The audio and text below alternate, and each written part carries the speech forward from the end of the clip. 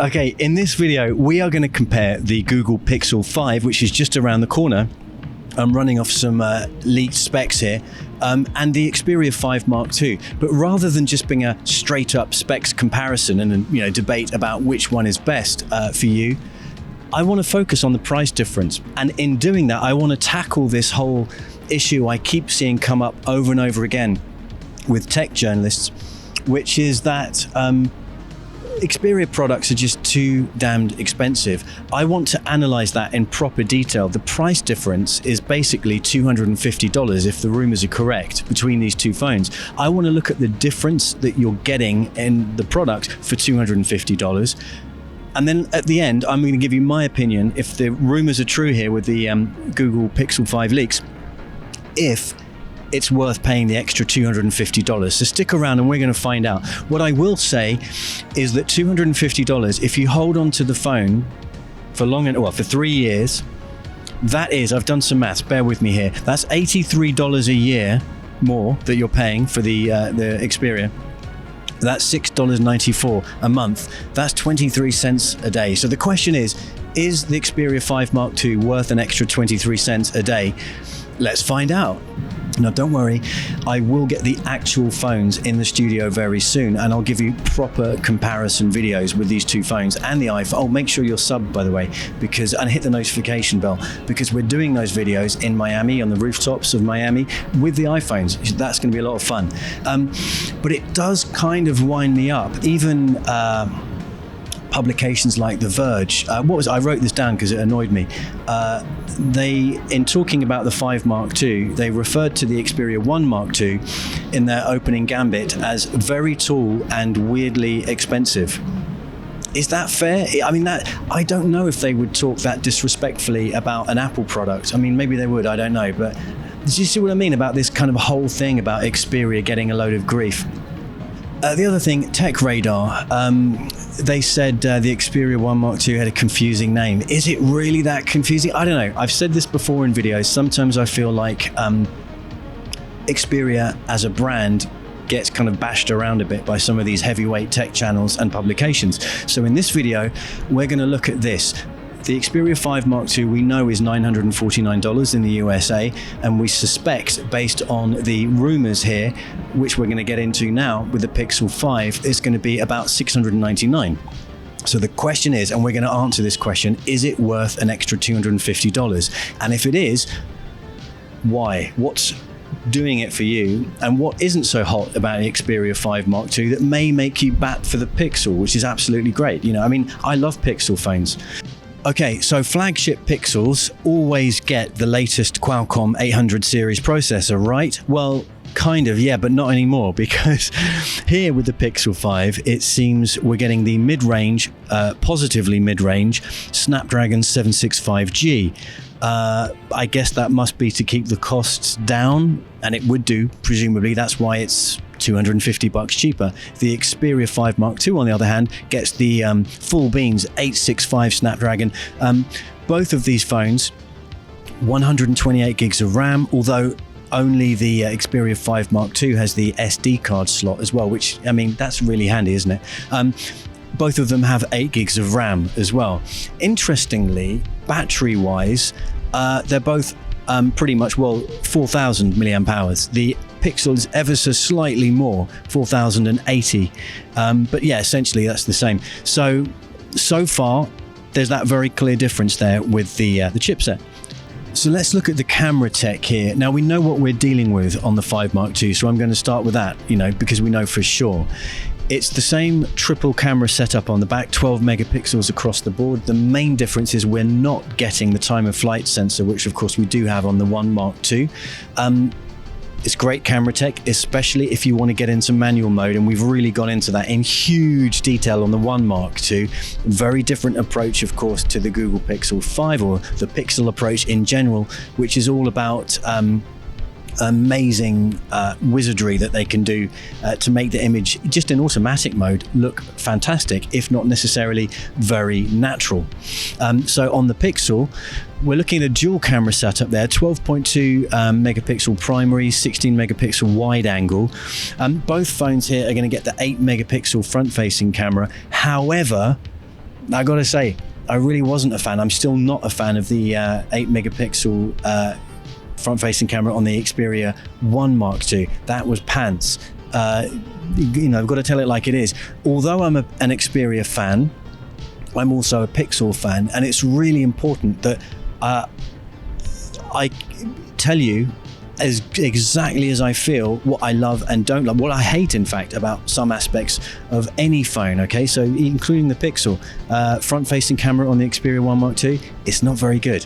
So let's talk about video recording on these two. It looks as though 4K recording up to 60 frames per second is what we're going to be dealing with on the Pixel 5. Great. But what's amazing though is 120 frames per second in 4K HDR on the Xperia 5 Mark II. Now that's really worth getting excited about. So that gives you an idea as to how these two are looking like they're going to stack up here with the camera tech.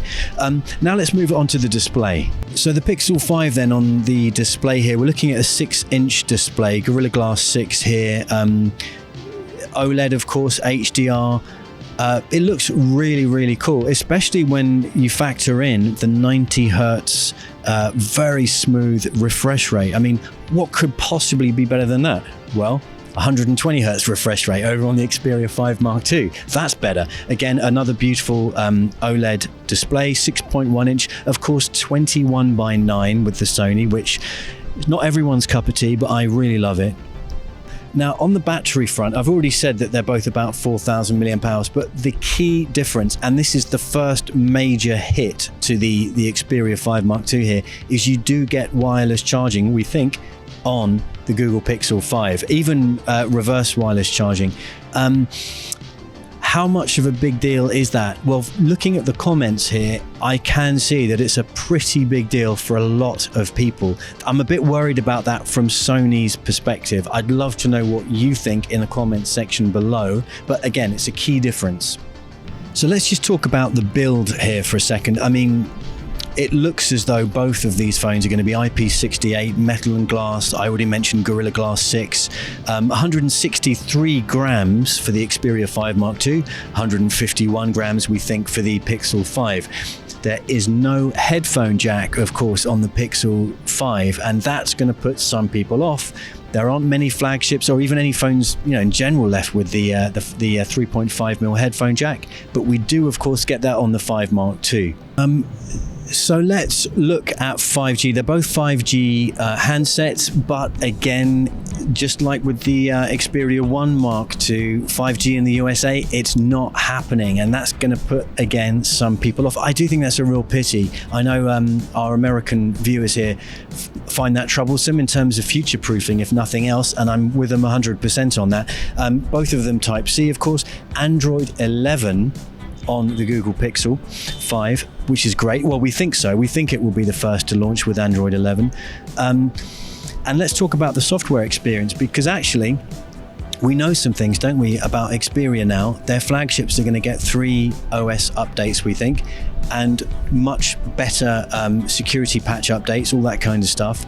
It isn't quite going to be up there, we don't think, with Google for obvious reasons, but it gets us very close. The other thing, of course, is that Xperia's now are much more stock Android experiences, which makes it easier to keep these updates happening at such a fast pace. So really, on that side of things, not a huge amount of difference, I think it's fair to say.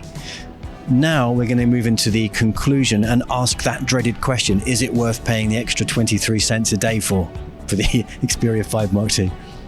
So where the Xperia 5 Mark II beats the Pixel 5, I would say, is for gaming, just because of the sheer power and the, hold on a second while I look at my notes here, 240 Hertz touch scanning rate. Look, I'm not a gamer. I'm just not, and I'm not going to pretend that I am.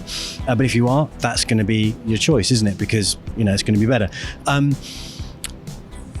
More powerful, 865 Snapdragon, more exclusive, potentially. I mean, the Pixel 5 isn't going to sell in crazy high numbers, but I think it's fair to say the Xperia 5 Mark II is just that little bit more unusual, of course, which I quite like, having a more unusual device, than a mainstream one.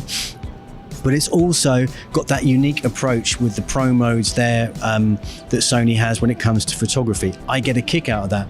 I have enormous respect for what the Pixel 5 does when it comes to all that amazing kind of AI and all that stuff, but it's a different approach. What else does it have? SD card support and the headphone jack. That's where it wins. Is it worth the extra 23 cents a day though over 3 years?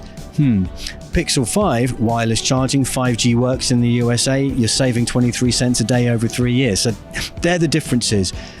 I've mentioned the whole 23 cents a day thing way too much, and I've probably tested your patience with that. But you get my point, right? Is it really worth shelling out the extra $250 for the Xperia? Well, I haven't got both of these phones yet because no one has, but when I do, which is soon, I will give you my definitive verdict. But what I will say is this: it's potentially worth 23 cents a day extra over 3 years, and it doesn't seem crazy. So that's why I wanted to challenge all of these other large sort of multinational tech brands that keep bashing Xperia pricing. I don't think it's crazy. Is it maybe a little bit more? Yeah, but I mean, it's a more exclusive product, and there's a lot of value attached to the quality of the product in maybe ways that are missed by other manufacturers. I just wanted to get that off my chest. Here at BTEX, we are interested, highly interested in justice as much as we are in mobile tech. That's a little bit pompous. Anyway, let's wrap up on that note. Thank you so much for watching. I hope we will see you next time.